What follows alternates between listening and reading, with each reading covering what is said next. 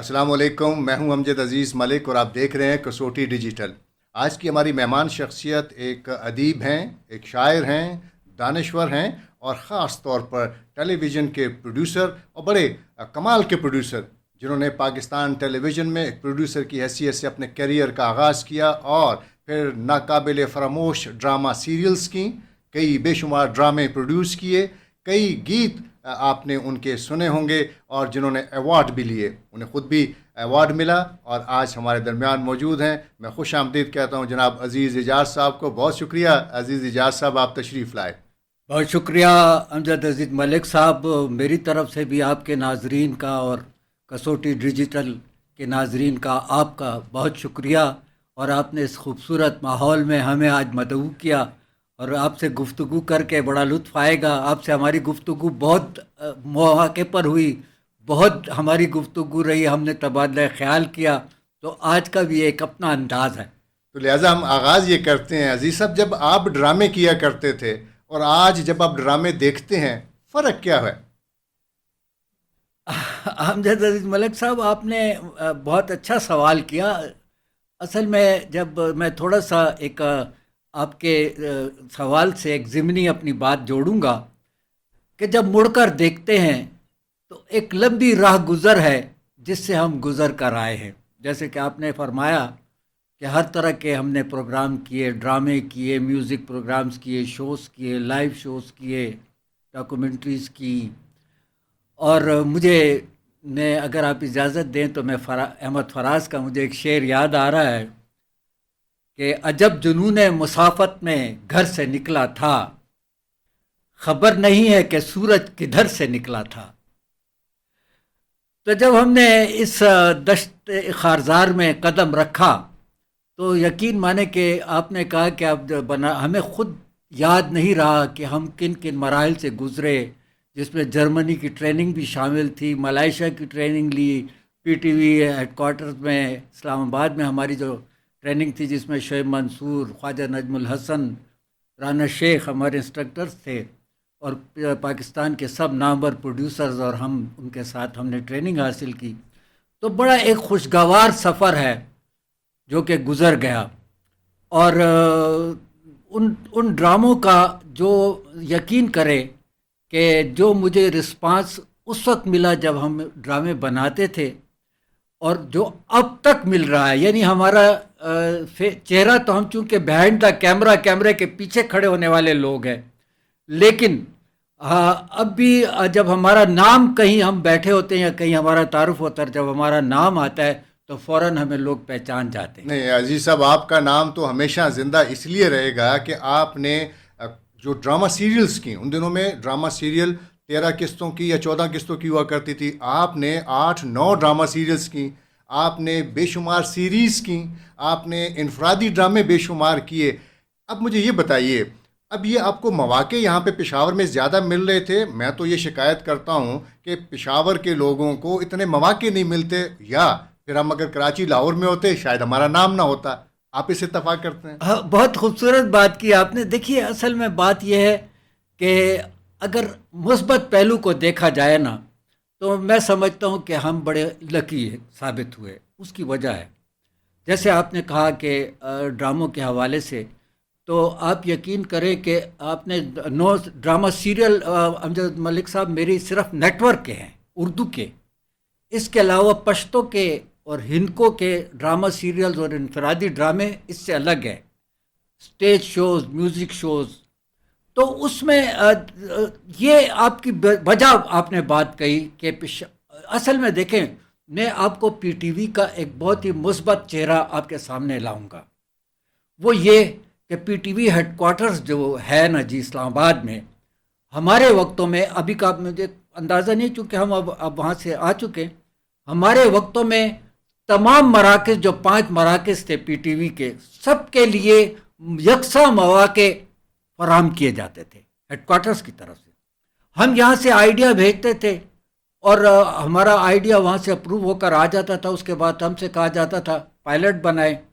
آپ یقین کریں کہ میں وہ خوش قسمت پروڈیوسر ہوں کہ میرا کوئی پائلٹ ریجیکٹ نہیں ہوا۔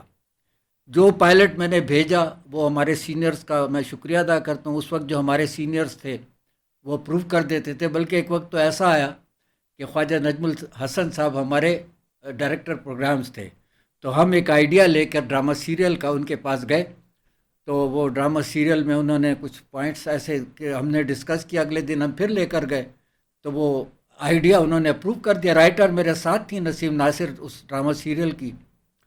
تو میں نے اپنے خواجہ نجم الحسن صاحب سے کہا, میں نے کہا خواجہ صاحب اب میں اس کا پائلٹ بناؤں. پائلٹ ایک ایپیسوڈ ہوتا ہے, فرسٹ ایپیسوڈ آپ سمجھ لیں. گویا آپ نے جو سیریل یا سیریز بنانی ہے اس کا ایک قسط ہے 50 منٹ 40 پہلی منٹ قسط آپ بنانی ہے, اور اس کے بعد ہیڈ آفس کو پورا اختیار ہوتا تھا. بے شمار انہوں نے ریجیکٹ بھی کیے 5 سینٹرز کے پائلٹس, وہ ریجیکٹ بھی کر لیتے تھے. جو وہ بالکل کڑا معیار تھا, اس میں بالکل کمپرومائز نہیں تھا. اگر وہ کمزور پائلٹ ہے تو آل ٹوگیدر اٹھا کر اور ٹریش. تو خواجہ نجم الحسن صاحب نے مجھے کہا کہ عزیز میں تم سے پائلٹ کا کہوں گا, جاؤ اور سیریل شروع کرو. تو یہ میرے لیے ایک بہت بڑا اعزاز تھا, بہت بڑا آنر تھا, ایک ڈائریکٹر پروگرامز کا, ایک میرے سینئر کا میرے کام پر اتنا اعتماد. اور پھر وہ ڈرامہ سیریل میرا بہت ہٹ بھی گیا, اس نے کافی دوسری دستک اس کا ٹائٹل تھا, اور جس میں مطلب یہ کہ کافی اس کے اسپانسرز بھی تھے اور بڑا وہ پسند کیا گیا. عزیز صاحب, جب آپ نے کام کا آغاز کیا اور جس کڑی شرائط کا آپ ذکر کر رہے ہیں, وہ ایک سنہرا دور تھا پاکستان ٹیلی ویژن کا, اور خاص طور پہ ڈراموں کا. رات کو 8 بجے سے لے کے 9 بجے تک دنیا انتظار کرتی تھی کہ آپ ڈرامے دیکھیں. بے شمار ڈرامے تھے, اور پھر اس کے بعد 9 بجے کا خبرنامہ لوگ دیکھا کرتے تھے. آج کل کے زمانے میں کیا آپ سمجھتے ہیں کہ پاکستان ٹیلی ویژن کا وہی معیار جو ہے برقرار ہے؟ دیکھیے آپ نے جو میں معذرت کے ساتھ تھوڑا سا آپ کی اس بات کو ذرا آگے بڑھاؤں گا, جو آپ نے گولڈن ایرا کا حوالہ دیا اور پرائم ٹائم ڈرامے کا. 8 بجے کا ڈرامہ جو تھا نا جی امجد عزیز ملک صاحب, وہ پرائم ٹائم ڈرامہ تھا. اور وہ ڈرامہ جو تھا نا وہ ہر کوئی نہیں کرتا تھا. 5 مراکز کے چند ایسے پروڈیوسرز تھے کہ جن کو اس ڈرامے کی اجازت ملتی تھی یا وہ. اور مجھے یہ اعزاز حاصل ہے کہ میں نے 9 ڈرامہ سیریل کی, اردو کی نیٹ ورک کی, پرائم ٹائم میں چلی, اور انفرادی ڈرامے بھی کیے. تو اس میں ضمنی بات یہ کرنا چاہ رہا تھا کہ آپ نے کہا نا 8 سے 9 تک, تو اس وقت دیکھیے میں آپ کو ایک چھوٹی سی مثال دیتا ہوں. جب آپ ایک پروڈکٹ بناتے ہیں, ٹھیک ہے نا جی, اس پروڈکٹ پہ خرچہ آتا ہے. مثلا ایک ڈرامہ سیریل پہ تو لاکھوں روپے خرچ آتا ہے, ٹھیک ہے نا. تو جب میں یہ کنٹریکٹ فارم ہوتے تھے, ہر آرٹسٹ کے کنٹریکٹ فارم ہوتے تھے, مطلب ایک ڈرامے میں 50-60 آرٹسٹ ہیں تو ان کے کنٹریکٹ فارم ہیں, ٹھیک ہے نا جی. تو ان کنٹریکٹ فارم پہ پروڈیوسر کا دستخط ہوتا تھا, تب اس کا چیک بنتا تھا. وہ پروو کرتا تھا کہ ہاں اس آرٹسٹ نے میرے ڈرامے میں اس کیٹیگری میں کام کیا ہے. تو وہ جب میں ان کنٹریکٹ فارم پہ دستخط کر رہا ہوتا تھا نا, تو میں اپنے دل میں کہتا تھا کہ عزیز اعجاز, یہ تم کاغذوں پہ دستخط نہیں کر رہے, یہ تم نوٹوں پہ کر رہے ہو, یہ تم پی ٹی وی کے نوٹ خرچ کر رہے ہو. تو اسی حساب سے اللہ کے فضل سے ہمیں اسپانسر بھی ملتا تھا, اور ہم الٹا اس میں یعنی جو خرچ کیا ہوتا تھا اس سے ڈبل ہم پی ٹی وی کو واپس کر دیتے تھے.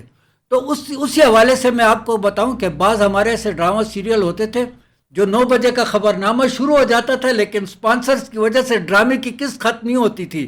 تو اگر آپ کو یاد ہو کہ ڈرامہ خبرنامہ کے بعد بھی بقیہ حصہ دکھایا جاتا تھا. بالکل ایسے ہی.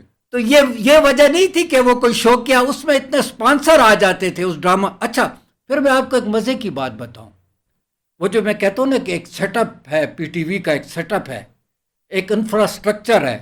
آپ یقین کریں کہ ہم نے کبھی اس بارے میں بادر نہیں کیا کہ ہمیں اسپانسر کے لیے ہم کوشش کریں. ہم سے کہا جاتا تھا آپ پروڈکٹ اچھی بنا دیں, باقی آپ بے غم ہو جائیں. پھر ہمارا ہیڈ آفس ہوتا تھا سیلز ڈپارٹمنٹ کا کراچی میں, وہ اچھے پروڈکٹ کو جس سینٹر کا بھی ہو وہ پک کر کے اور اس کو بے تحاشا اسپانسر دلوا دیتا تھا.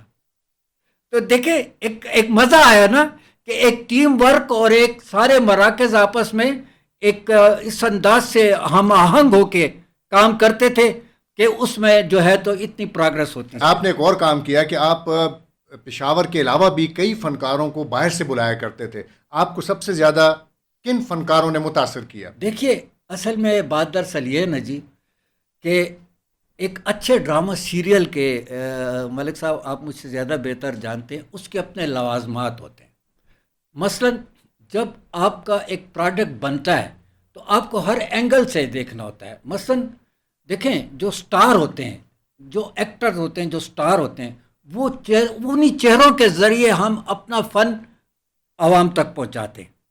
تو اس حوالے سے پی ٹی وی میں ایک بڑی زبردست ایک ہم آہنگی تھی. مثلا فرض کریں اگر میں نے کراچی کا کوئی آرٹسٹ مجھے پسند آیا اپنے کسی کردار کے لیے، تو اس کے لیے میں خود بادر نہیں کرتا تھا کہ جی میں بیٹھوں، اور میں صرف ہیڈ آفس سے اپروول لیتا تھا اس آرٹسٹ کی، اور پھر میں کراچی سینٹر کو، وہاں سارے ہمارے کولیگز، ہمارے دوست بیٹھے ہوتے تھے جو انتظامیہ میں بھی ہوتے تھے، اور جو ان کو ہم صرف ایک فیکس بھیج دیتے تھے کہ فلاں آرٹسٹ ہمیں فلاں دن چاہیے. وہ اس کے ٹکٹ ارینجمنٹ یا ہوٹلنگ تو ہم خود کرتے تھے، باقی ساری ارینجمنٹ، ان کو گھروں سے پک کرنا، ان کو ایئرپورٹ تک، یہ سب وہ کرتے تھے. اور سیم ان کے اگر کوئی پسند آ جاتا تھا تو ہمارے کسی آرٹسٹ کو، تو یہ ایک بڑا امتزاج تھا خوبصورت کہ ہمارے اپنے آرٹسٹوں کے ساتھ ساتھ جتنے اداکار آپ بلاتے تھے تو ان کی پرفارمنس بھی آپ اس سے مطمئن رہے، اور پشاور کے جو اداکار ہوتے تھے دونوں مل کر کے آپ کے ڈرامے کو کامیابی سے ہمکنار دیکھیں کرتے جی، تھے. اتنی میں پشاور کے آرٹسٹوں کو اپریشیٹ کروں گا. ہمارے بڑے بہترین آرٹسٹ ہیں پشاور کے، جن کا مثلا آپ یہ سمجھ لیں کہ اگر ایک ڈرامہ سیریل ہے تو اس میں ایک یا دو فنکار ہم جو مارکیٹ ویلیو کے حساب سے، باقی سارے ہمارے پشاور کے آرٹسٹ ہوتے تھے، اور وہ ان کے ایٹ پار کام کرتے تھے. وہ لوگ بھی ان سے بہت متاثر ہوتے تھے.